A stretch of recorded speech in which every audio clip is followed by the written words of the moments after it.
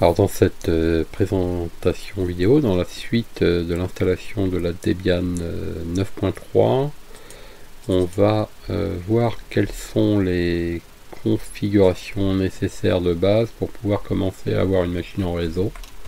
Donc c'est une installation qui vient d'être réalisée et c'est un premier démarrage. La machine elle a pas de configuration, elle a vraiment elle en est à sa première étape de démarrage.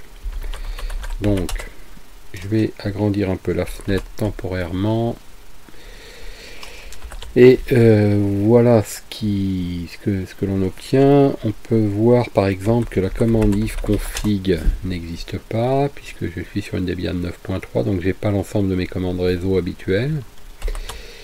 Alors il faudrait plutôt utiliser la commande ip adresse show pour voir l'adresse IP.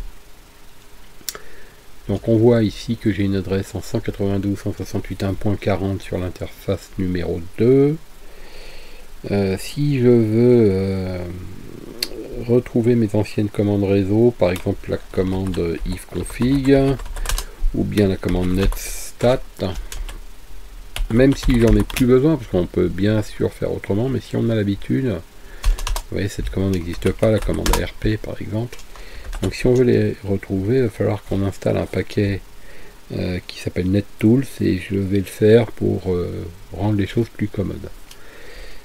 Avant de faire ça, on va vérifier que notre machine elle arrive à accéder par exemple en envoyant un ping sur une adresse connue, qu'elle arrive à résoudre et à atteindre cette adresse.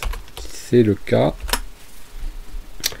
Donc on peut commencer par faire un calage de notre machine sur les dépôts internet, voir si tout se passe bien. Donc là a priori tout va bien. Je le refais une deuxième fois pour être certain, tout se passe bien. On va faire une mise à jour des éventuels paquets apt upgrade. Donc là il nous dit qu'il y a quelques éléments nouveaux, donc on va aller les chercher. Alors c'est important parce que pour la suite des opérations, cette machine va servir notamment en tant que serveur de téléphonie sur IP. C'est une des premières destinées de cette machine.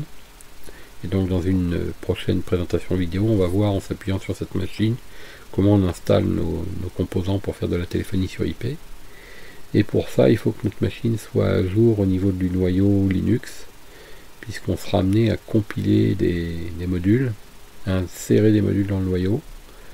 Et donc pour ça, il faut que on prépare correctement la machine. C'est ce que je suis en train de faire ici. Ça commence par cette étape-là. Bon, pour que les choses soient plus faciles, je vais aussi avoir besoin de faire une prise de contrôle à distance de la machine. Donc pour ça, je vais utiliser protocole SSH, mais il faut paramétrer un accès SSH autorisé pour le compte route, parce que c'est plus commode pour moi de me connecter en tant que route, même si c'est dangereux bien sûr. De faire ça dans la pratique, il faut être prudent. Donc je vais configurer l'accès au compte route. Ça se fait dans le dossier etc SSH. Et je vais modifier le fichier qui s'appelle sshd_config. Dans ce fichier, ici, il y a une ligne qui est commentée, permit root logging prohibit password, je la décommente et je vais remplacer l'argument ici par yes. Donc qu'est-ce que j'ai fait? J'ai activé cette ligne et je l'ai validé à yes. Je quitte, j'enregistre et je redémarre le service SSH pour pouvoir me connecter à distance. Alors j'avais dit que la commande ifconfig était bien pratique, et comme elle n'existe pas ici, je vais installer le composant NetTools qui va me ramener cette commande. Donc petite phrase toute simple qui va chercher et installer le paquet NetTools. À partir de ce moment-là, la commande ifconfig existe à nouveau, la commande ARP existe à nouveau, la commande netstat existe à nouveau.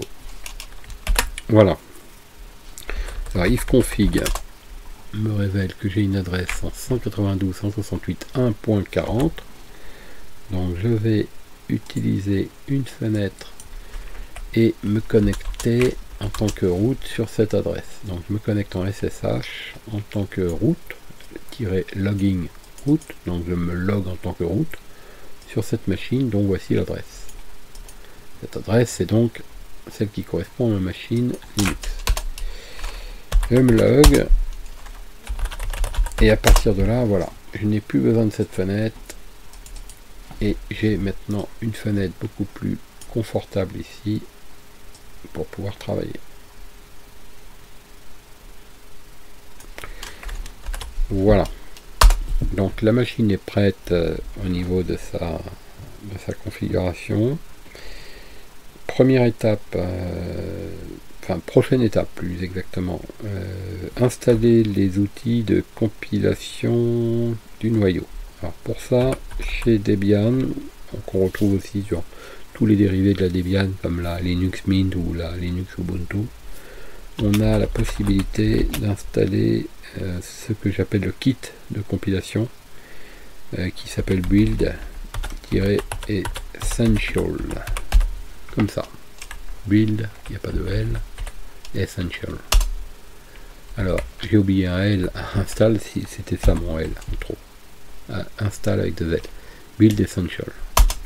Donc voilà, vous voyez que là il y a beaucoup de choses. On va accepter l'installation, 160 mégas de données qui vont être installées. Et parmi toutes ces données, il y a le compilateur C, C++, le linker, les librairies nécessaires, pas mal de choses, le debugger, l'éditeur, beaucoup de choses qui permettraient de compiler le noyau Linux par exemple, ou d'intégrer des modules applicatifs par exemple au noyau. Alors pour ça justement, comme je serai amené à le faire, je vais aussi avoir besoin de dialoguer avec mon noyau Linux. Pour ça il me faut les entêtes de mon noyau Linux. Alors ça aussi on va aller chercher tout de suite. Mais avant de ça, les entêtes du noyau Linux, il faut connaître la version du noyau Linux. Donc on a une commande pour ça, uname-r. Et un noyau 490-4 en AMD 64. Donc on va aller chercher et installer les entêtes du noyau Linux de la version 4.9.0-4-MD. Si on n'a pas envie de taper tout ça, et bien on peut utiliser une petite astuce qui consiste à appeler la variable uname-r,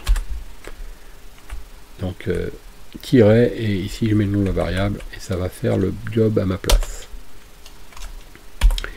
J'ai plus qu'à aller chercher mon tête de noyau. Voilà. Alors c'est des fois ça peut durer 2-3 minutes, l'intégration de ces composants. Si la machine est très rapide, ça va quand même très vite.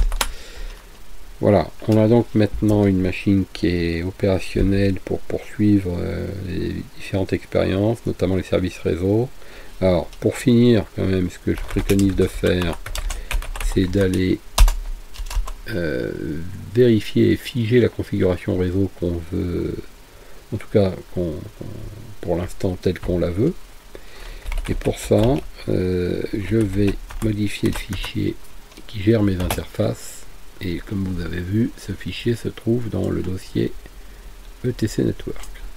Donc je me suis rendu dans le dossier etc network et une fois que j'y suis, je vais ouvrir ce fichier interface.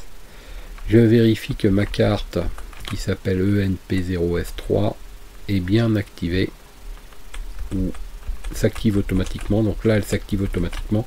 Moi j'ai plutôt tendance à rajouter ça par une activation forcée de cette manière. Voilà. Et ici on voit qu'elle n'est pas en adresse statique. Pour l'instant elle est en DHCP, ce qui fait qu'à chaque fois que je démarre ma machine, elle va faire une requête pour obtenir une adresse. Alors ça me convient pour l'instant, c'est très bien, on reste comme ça.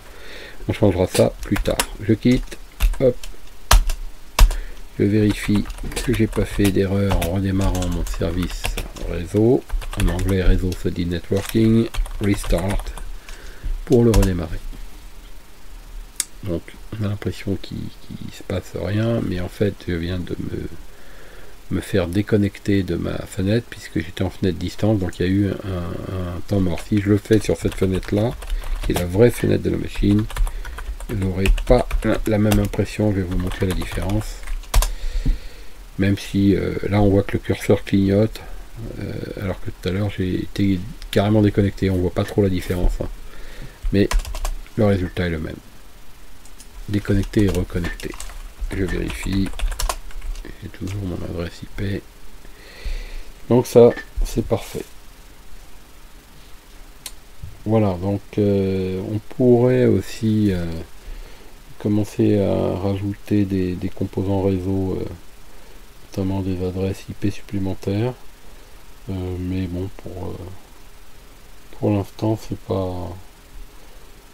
pas utile là. Donc dans cette première présentation, donc vraiment de base, là on a établi la config minimaliste pour préparer notre plateforme, et à partir de cette plateforme maintenant on va pouvoir installer différents services. Et donc ce que je vous propose de faire après que vous ayez maîtrisé cette installation et cette préparation de plateforme, c'est de cloner votre machine, puisque c'est une machine virtuelle, on peut la cloner à l'infini pour, au cas où vous allez peut-être produire différents serveurs et que vous voulez les séparer, avoir une bonne base commune qui serait donc identique. Alors évidemment il faudrait changer le nom de chaque machine, on verra tout ça dans la suite de cette présentation. Voilà, donc c'est la fin de cette présentation. Essayez de créer par vous-même vos propres petites plateformes, vérifiez qu'elles fonctionnent bien, connectez-vous comme je l'ai fait en SSH, c'est beaucoup plus facile. Si, pour dernière précision, si vous n'avez pas de Linux ou de macOS qui vous sert de machine de base, c'est-à-dire la machine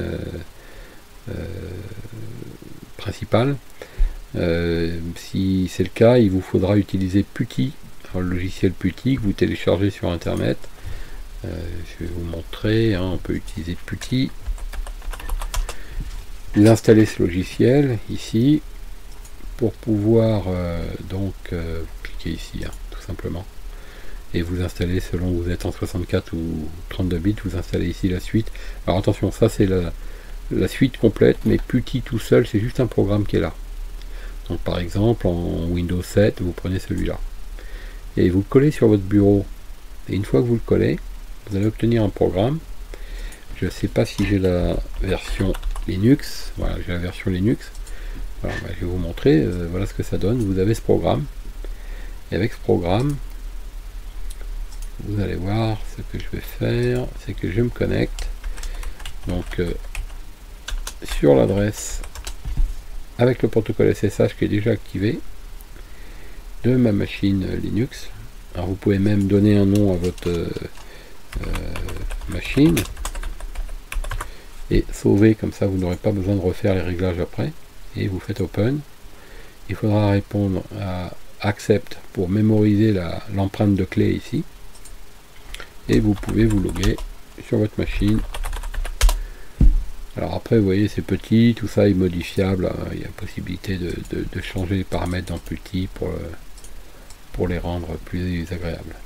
Mais ça c'est si on n'a pas de fenêtre console avec le client SSH, parce que je vais vous montrer, moi sous Linux j'ouvre un terminal, donc ça c'est le terminal de ma machine Linux, et je me connecte, c'est beaucoup plus facile directement, et vous voyez j'ai une fenêtre qui n'a rien à envier à celle-ci.